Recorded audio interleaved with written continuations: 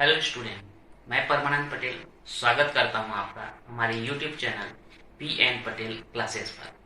आज हम देखने वाले हैं एक चर के द्विघात समीकरण का प्रश्नावली 2। पिछले वीडियो में हमने देखा था कि दिए गए समीकरण का मूल किसे कहते हैं। तो यहाँ पर जो है हम देखने वाले हैं, जांचिए कि दिए गए मान समीकरण के मूल हैं अथवा नहीं। समीकरण के मूल का मतलब ये होता है कि ये जो हमको समीकरण दिया गया है, इस समीकरण का हल या इस समीकरण को हल करने पर x का जो मान आने वाला है वो ये दोनों हैं या नहीं, ये हमको जांच करना है। तो इसके लिए हम करेंगे क्या, ये जो समीकरण दिया गया है, समीकरण का लेफ्ट हैंड साइड ले लेते हैं, x वर्ग ऋण 4x धन 4, और इसमें ये x का मान 2 रख करके देखते हैं। तो ये 2 का वर्ग ऋण 4 गुणी 2 धन 4, 2 का वर्ग आएगा 4, ऋण 4 दूनी 8 धन 4, ये 4 और 4 जुड़ेंगे 8, ऋण 8 बराबर 0। लेफ्ट हैंड साइड लिए थे और हमको अब समीकरण का क्या मिल गया, राइट हैंड साइड मिल गया। यानी कि x बराबर 2 के लिए जो है समीकरण का लेफ्ट हैंड साइड और राइट हैंड साइड कैसा होता है, बराबर। अतः x बराबर 2 समीकरण का मूल है। अब यहां पर ध्यान रखेंगे, x का जो मान दिया गया है उस मान को यदि हम समीकरण में रख देते हैं और समीकरण का left hand side right hand side बराबर हो जाता है तो वो समीकरण का मूल कहलाता है। जैसे कि यहाँ पर हुआ, x का मान 2 रखा गया समीकरण के लेफ्ट हैंड साइड में, तो जो वैल्यू आया है वो राइट हैंड साइड के बराबर हो गया। इसीलिए हम बोल रहे हैं यहाँ पर x बराबर 2 जो है समीकरण का मूल है। अब इसके बाद हमको दिया गया है x बराबर ऋण 3, तो अब इसको भी हम मान रख के देखते हैं ये समीकरण का मूल है अथवा नहीं। तो अगर हम x की जगह जो है ऋण 3 रखें तो ये क्या हो जाएगा, ऋण 3 का वर्ग ऋण 4, फिर x की जगह ऋण 3 धन 4, ऋण 3 का वर्ग, तो 3 का वर्ग 3 तिया 9, और ऋण का गुणा धन हो जाता है, ऋण और ऋण का फिर गुणा हो जाएगा धन, 4 तिया 12, और यहाँ पर है धन 4। अब यहाँ पर इसको जोड़ना पड़ेगा क्योंकि तीनों का चिन्ह समान है। तो 12 और 4 16, 16 और 9 कितना हो जाएगा, 25। यानी कि लेफ्ट हैंड साइड और राइट हैंड साइड जो है बराबर नहीं है। किसके लिए, x बराबर ऋण 3 के लिए। आप चाहें तो यहाँ साइड में लिख सकते हैं x बराबर ऋण 3 रखने पर करके, या फिर यहाँ पर भी उसको स्पष्ट कर सकते हैं x इक्वल -3 पर left hand side not equal to right hand side. अतः x इक्वल -3 समीकरण का मूल नहीं है। क्लियर हो गया कि किस प्रकार से हम समीकरण का मूल है या नहीं याद करते हैं। अगला क्वेश्चन देखते हैं, 6x वर्ग ऋण 6x ऋण 12 बराबर 0, और यहाँ पर हमको दिया गया है x बराबर ऋण 3 और x बराबर 4।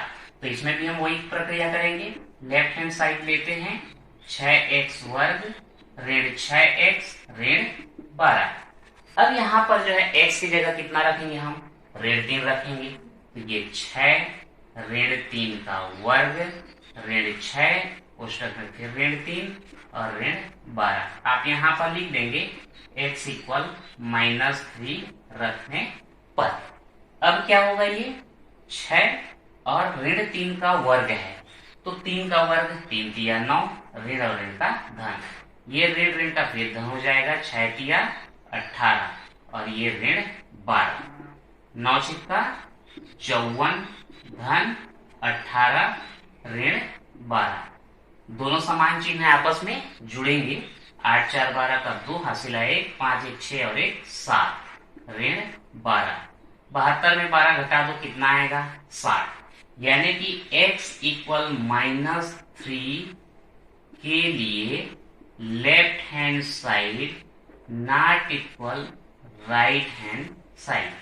अतः x इक्वल -3 समीकरण का मूल नहीं है। क्लियर हो गया।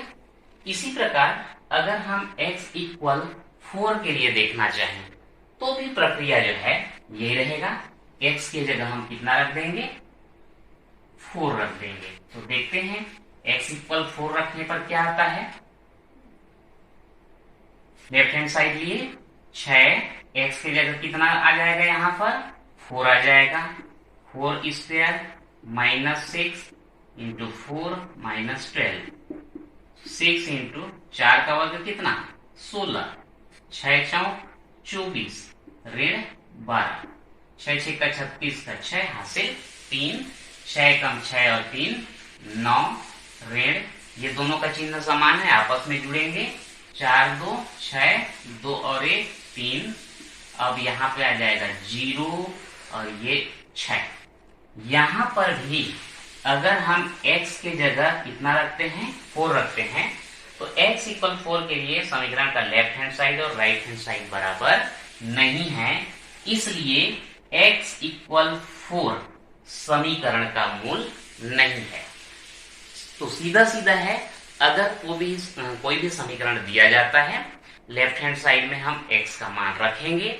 यदि समीकरण का left hand side right hand side दोनों बराबर हो जाते हैं तो सीधा सीधा लिख देंगे कि समीकरण का मूल है। और यदि लेफ्ट हैंड साइड और राइट हैंड साइड बराबर नहीं होते तो समीकरण का मूल नहीं है। ये रहा हमारा अगला क्वेश्चन। यहां पर हमको जो है समीकरण का मूल ज्ञात करने के लिए बोला गया है। निम्नलिखित द्विघात समीकरणों के मूल ज्ञात कीजिए। समीकरण का मूल ज्ञात करना मतलब सीधा सीधा जो है समीकरण का हल प्राप्त करना है। तो इसमें से देखते हैं पहला question, x - 4 into x - 2 equal 0। अब यहाँ पर थोड़ा सा ध्यान देना है कि x - 4 और x - 2 ये दोनों जो है आपस में किस रूप में है, गुणा के रूप में।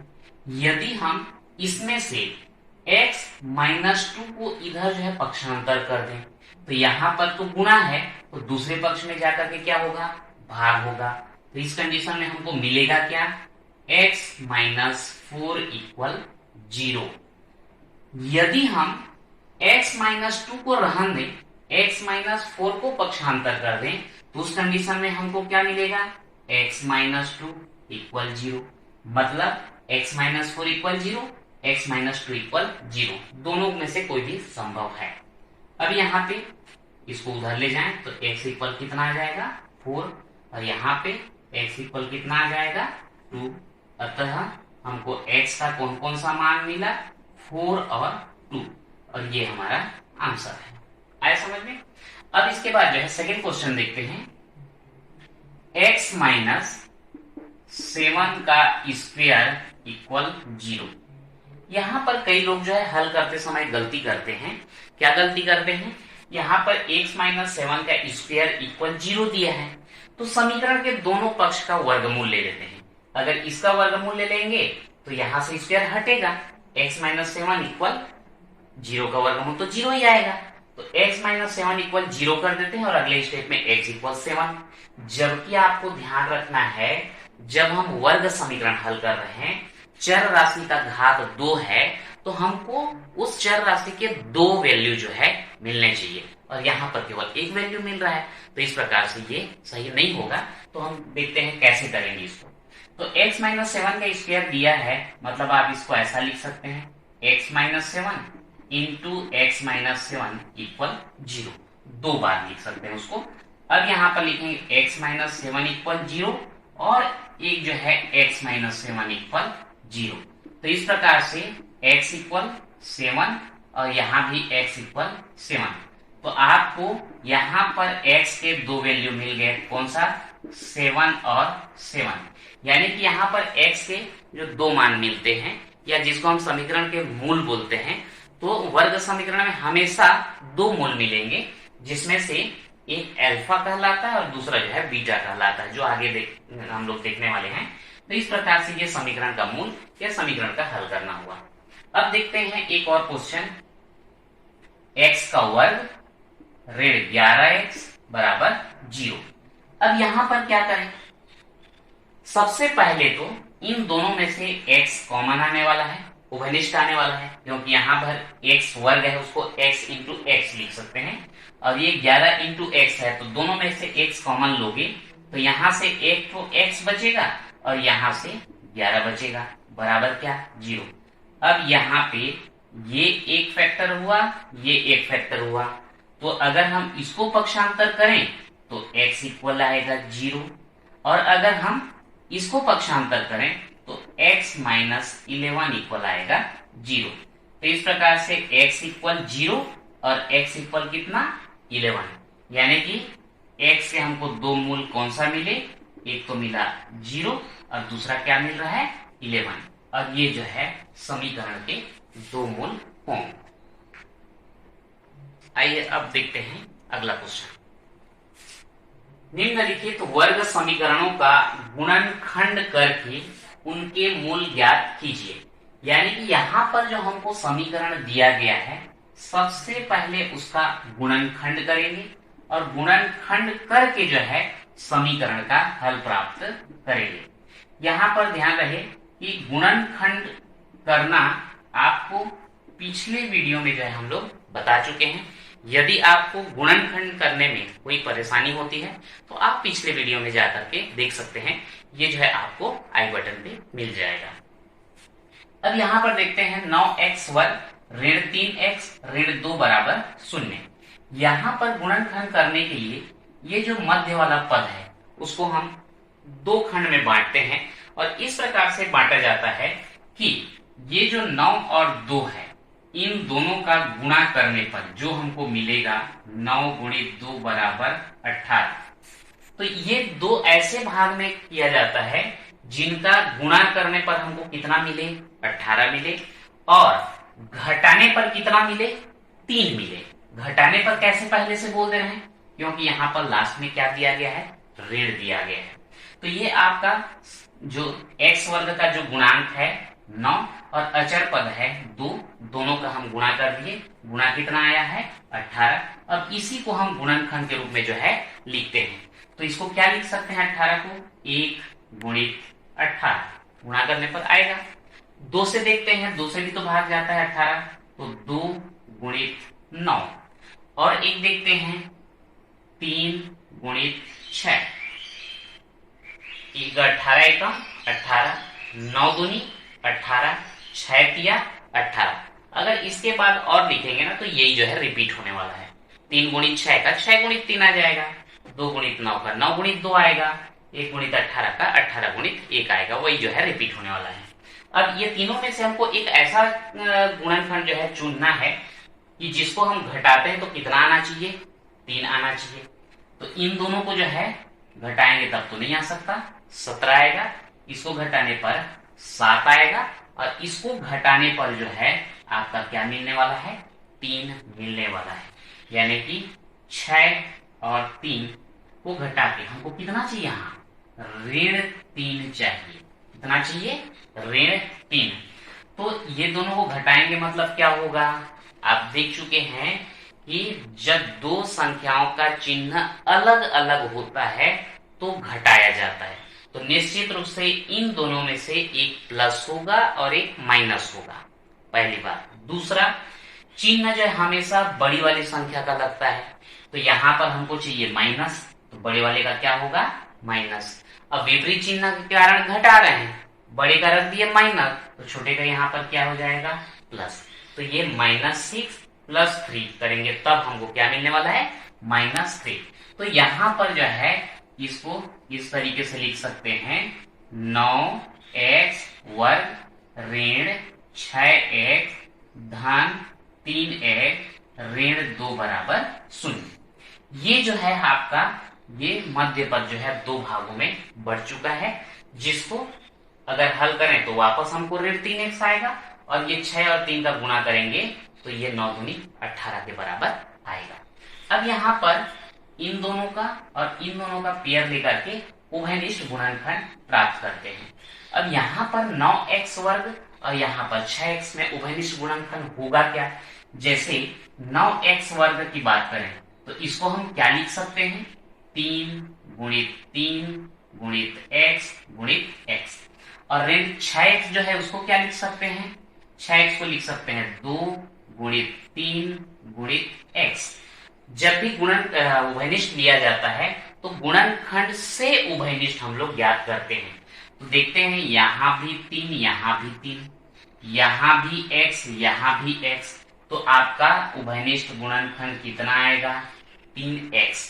अब ये 3x निकाल देने के बाद बचा क्या? 3x और बचा है, यहाँ पे लिख देते हैं ऋण, यहां से 3x निकालने के बाद क्या बचता है? 2 बचता है। अब इन दोनों में देखते हैं, इन दोनों में तो कोई उभयनिष्ठ गुणनखंड दिखता नहीं है, तो हम क्या निकाल देंगे? 1, क्योंकि किसी भी संख्या के साथ 1 का गुणा किया जाए तो कोई अंतर नहीं आता। तो यहाँ पर क्या बचेगा? 3x ऋण 2 बराबर 0। अब देखते हैं यहाँ पर भी आपका 3x ऋण 2, यहाँ पर भी 3x ऋण 2, इसको आप उभयनिष्ठ ले लेते हैं 3x ऋण 2, तो बचेगा क्या? यहाँ से बचता है आपका 3x और यहाँ से बचता है धन 1 बराबर 0। आ रहा है समझ में? अब यहाँ पर जो है इसको अगर पक्षांतर कर दें तो 3x ऋण 2 बराबर 0 मिलेगा। इसको अगर पक्षांतर कर दें तो 3x धन 1 बराबर 0 मिलेगा। अब इसको हल कर देते हैं। 3x बराबर 2 और x बराबर, ये 3 गुणा हो रहा है, उधर जाके क्या होगा? भाग, तो 2/3। इसका क्या हो जाएगा? 3x बराबर ऋण 1 और x बराबर ऋण 1/3। अतः x का कौन कौन सा मान मिला हमको? 2/3 और ऋण 1/3, और ये हो गया समीकरण का मूल या समीकरण का हल। तो इस प्रकार से जो है हम गुणनखंड विधि के द्वारा समीकरण को हल करते हैं। ये रहा हमारा अगला क्वेश्चन। 3x वर्ग ऋण 11x धन 10 बराबर 0। विद्यार्थियों ध्यान देना, यहां पर मैं सभी चैप्टर वाइज प्रश्नावली अनुसार सीरियली जो है वीडियो अपलोड करने वाला हूं। यदि आप इसको कंटिन्यू देखते हैं तो ऑफलाइन में जैसे आपको सीखने को मिलता है सेम आपको यहाँ पर मिलेगा। प्लीज अगर आपको समझ में आता है, पसंद आता है तो सब्सक्राइब कर लीजिएगा ताकि अगला वीडियो का नोटिफिकेशन आपको मिलता रहेगा। अब यहाँ पर क्या करें? यहाँ पर x वर्ग का गुणांक कितना है? 3 है, और लास्ट में कितना है? 10 है, तो 3 हम कितना हो गया? 30। अब ये 30 का गुणनखंड कर देंगे। कैसा होगा गुणनखंड? 1 गुणित 30, 2 से भाग देंगे 2 गुणित 15, 3 से भाग देंगे 3 गुणित 10, और बाकी जो है फिर रिपीट होने वाला है। अब यहाँ पर इन तीनों गुणनखंड में ऐसा गुणनखंड आपको चूज करना है जिसको जोड़ने पर कितना आना चाहिए? 11 आना चाहिए। एक गुणनखंड और आएगा 5 गुणित 6, 1 गुणित 30, 2 गुणित 15, 3 गुणित 10 और 5 गुणित 6। तो इनमें से किसको जो है जोड़ेंगे तो 11 मिलेगा, उसको हम चयन करते हैं। इनको जोड़ने पर 31, ये नहीं हो सकता।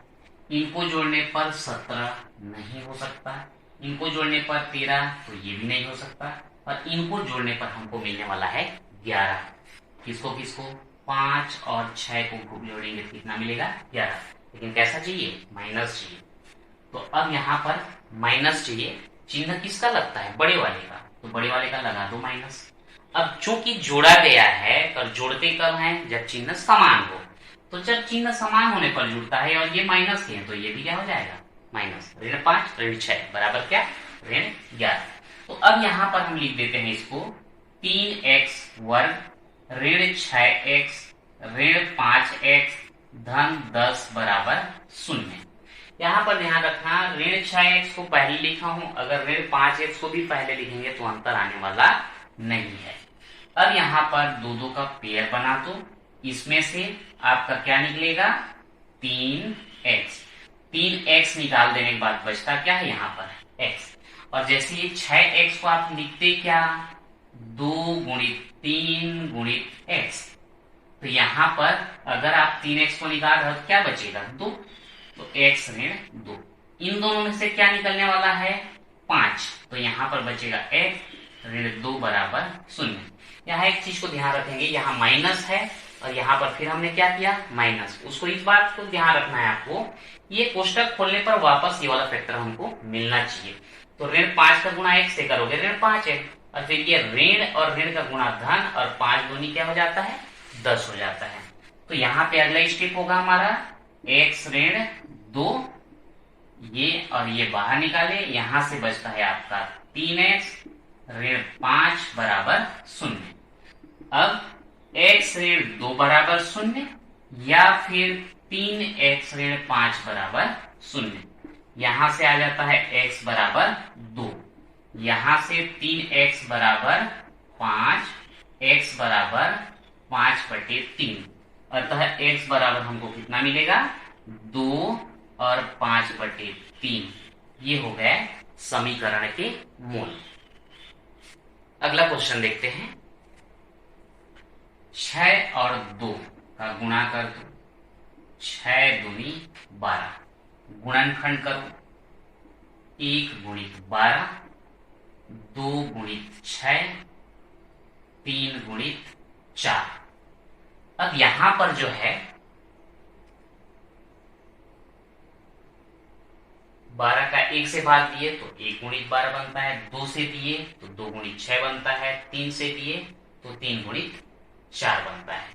उसके बाद 5 का नहीं होता, 6 से अगर दें तो 6 से हो जाएगा आपका 6 गुणित 2, बस ये 3 ही हमको मिलने वाला है। अब इन तीनों में से ऐसा कोई एक जोड़ी हमको चुनना है जिसको अगर जोड़ा जाए तो कितना मिलना चाहिए 7 मिलना चाहिए। इन दोनों को जोड़ने पर 13 आता है, ये तो नहीं हो सकता। इन दोनों को जोड़ने पर 8 आता है, ये भी नहीं हो सकता। और इन दोनों को जोड़ने पर हमको कितना मिलता है 7 मिलता है। तो हम क्या करें, इसको 3 और 4 जोड़ेंगे तो 7, वो भी कैसा चाहिए हमको धनात्मक। धनात्मक चाहिए तो दोनों का चिन्ह समान रखना पड़ेगा, तो ये आ जाएगा +3 +4, तो ये हो जाएगा आपका 6x वर्ग धन 3x धन 4x धन 2 बराबर 0। यहां से उभयनिष्ठ लेना है, यहां से उभयनिष्ठ लेना है, तो यहां से क्या उभयनिष्ठ निकलेगा 3x, तो यहां पर बचेगा 2x, गुणा करेंगे तो 3 दूनी 6 और x गुणित x का क्या हो जाता है x का वर्ग। अब यहां पर क्या बचेगा 1, इन दोनों से क्या उभयनिष्ठ निकलने वाला है 2, तो यहां बचेगा आपका 2x धन 1 बराबर 0। कोष्टक खोलोगे तो 2 दूनी 4x और 2 का गुणा 1 से करेंगे तो 2 एकम 2। अब यहां पर जो है ये और ये फिर से कॉमन आएगा, 2x धन 1 और यहां बचेगा 3x धन 2 बराबर 0। ये आ गया आपका 2x धन 1 बराबर 0 और 3x धन 2 बराबर 0। यहां से हल होगा 2x बराबर ऋण 1 और x बराबर ऋण 1/2। यहां से आएगा 3x बराबर ऋण 2 और x बराबर आएगा ऋण 2/3। तो इस प्रकार से समीकरण का मूल हमको क्या मिला ऋण 1/2 और साथ में यहाँ पर है ऋण 2/3। ये हमारा आंसर हो गया। तो इस प्रकार से जो है गुणनखंड करना अगर आपको समझ में आ गया है तो इस विधि के द्वारा वर्ग समीकरण हल करना काफी आसान हो जाता है। अब अगला क्वेश्चन लेते हैं, 4 वर्गमूल 3 x का वर्ग धन 5x ऋण 2 वर्गमूल 3। अब यहाँ थोड़ा डिफरेंट है क्योंकि यहाँ पर भी वर्गमूल वाला है, यहाँ पर भी वर्गमूल वाला है, लेकिन कोई दिक्कत नहीं। देखते हैं हम कर क्या सकते हैं। 4 वर्गमूल 3 और लास्ट में है 2 वर्गमूल 3। अगर गुणा किया जाए तो होगा क्या, ये 4 गुणित 2 और दोनों वर्गमूल 3 को एक साथ अंदर लिख देते हैं। वर्गमूल के अंदर पेयर बन जाता है, बाहर निकलेगा 4 गुणित 2 गुणित 3, तो 4 दूनी 8 और 8 दिया कितना हो गया 24। अब ये 24 का हम गुणनखंड करेंगे। 1 गुणित 24, 2 गुणित 12, 3 गुणित 8, बाकी जो है ऐसे ही रिपीट होने वाला है। बाकी 8 गुणित 3 होगा, 12 गुणित 2 होगा, 24 गुणित 1 होगा। ये तो हो गया हमारा गुणनखंड। फिर से बोल रहा हूं, यदि ये गुणनखंड करने में आपको कोई दिक्कत आता है तो आप इसमें जो है पिछला वीडियो जो हम लोग देखे थे बीजीय व्यंजकों का गुणनखंड, आप उसको प्लीज देख लीजिएगा, जो आपको आई बटन पे मिल जाने वाला है। अब यहाँ पर देखते हैं कि इसमें से ऐसे पेयर का चयन करना है जिसमें घटाने पर हमको कितना मिलना चाहिए 5 मिलना चाहिए। तो इन दोनों में से घटाएंगे तो आएगा 23, तो नहीं हो सकता ये। अगला इसको घटाने पर आएगा 10, ये भी नहीं हो सकता। इसको घटाने पर हमको मिलने वाला है 5, तो 8 और 3 घटाने पर कितना मिल रहा है हमको 5, वो भी कैसा धनात्मक। धनात्मक तो बड़े वाले का चिन्ह लगता है, तो बड़े वाले का धन, छोटे वाले का क्या ऋण। तो 8 ऋण 5 बराबर 8 ऋण 3 बराबर क्या मिला 5। तो ये हम कैसे लिख सकते हैं इसको, 4 वर्गमूल 3 x का वर्ग धन 8x ऋण 3x ऋण 2 वर्गमूल 3 बराबर 0। अब यहां पर थोड़ा ध्यान दीजिएगा, ये 4 वर्गमूल 3x वर्ग, इसको हम क्या लिख सकते हैं, ये लिख सकते हैं, चूंकि 4 हमको चाहिए तो मैं इसको लिख देता हूं 4 गुणित 2 गुणित x लिख देता हूं। अब इन दोनों में ऋण 3x दिया गया है, तो यहाँ 3 और यहाँ वर्गमूल 3, तो इसको जो है आप गुणनखंड के रूप में तोड़ दो। वर्गमूल 3 गुणित वर्गमूल 3 गुणित x और ऋण 2 वर्गमूल 3, 2 वर्गमूल 3 बराबर 0। अब यहां से कॉमन और यहां से कॉमन लेना है, तो देखिए इसमें कौन सा कॉमन आने वाला है, ये 4 और x, तो 4x आ गया। यहां से क्या बचा वर्गमूल 3 और एक x बचा है, और यहां से क्या बचा 2, तो ये तो आ गया आसानी से। अगला इसमें देखते हैं, ऋण वर्गमूल 3 वर्गमूल 3, तो वर्गमूल 3 को निकाल दिए, तो यहां से बचा क्या वर्गमूल 3x, और यहां से क्या बचा ऋण 2 बराबर 0। अब यहाँ थोड़ा टेक्निकल गड़बड़ी हो रहा है, ये माइनस हम बाहर निकाले हैं, तो माइनस बाहर निकालें तो यहाँ पर क्या हो जाना चाहिए प्लस, ताकि ये माइनस और प्लस का गुणनफल क्या आना चाहिए माइनस। अब देखो ये भी वर्गमूल 3x धन 2, ये भी वर्गमूल 3x धन 2, तो ये बाहर आ जाएगा वर्गमूल 3x धन 2। बचा क्या, यहाँ से 4x और यहाँ से ऋण वर्गमूल 3 बराबर क्या 0। अब यदि हम इसको पक्षांतर कर लें तो वर्गमूल 3x धन 2 बराबर 0, या फिर इसको पक्षांतर कर दें तो 4x ऋण वर्गमूल 3 बराबर 0। यह आ जाएगा वर्गमूल 3x बराबर ऋण 2 और x बराबर आएगा ऋण 2 बटे वर्गमूल 3। यहाँ पे क्या होगा 4x बराबर वर्गमूल 3, या x बराबर क्या मिलेगा वर्गमूल 3 बटे 4। तो यहाँ पे हमको x का 2 मान मिल गया, ऋण 2 बटे वर्गमूल 3 और वर्गमूल 3 बटे 4, और यही जो है x के 2 मूल हैं। तो इस प्रकार से बड़े आसानी से जो है हम गुणनखंड विधि के द्वारा वर्ग समीकरण का हल ज्ञात कर सकते हैं, या ये बोल सकते हैं कि वर्ग समीकरण के मूल प्राप्त कर सकते हैं। तो इस प्रकार से आज के वीडियो में इतना ही, मिलते हैं फिर नेक्स्ट वीडियो पे।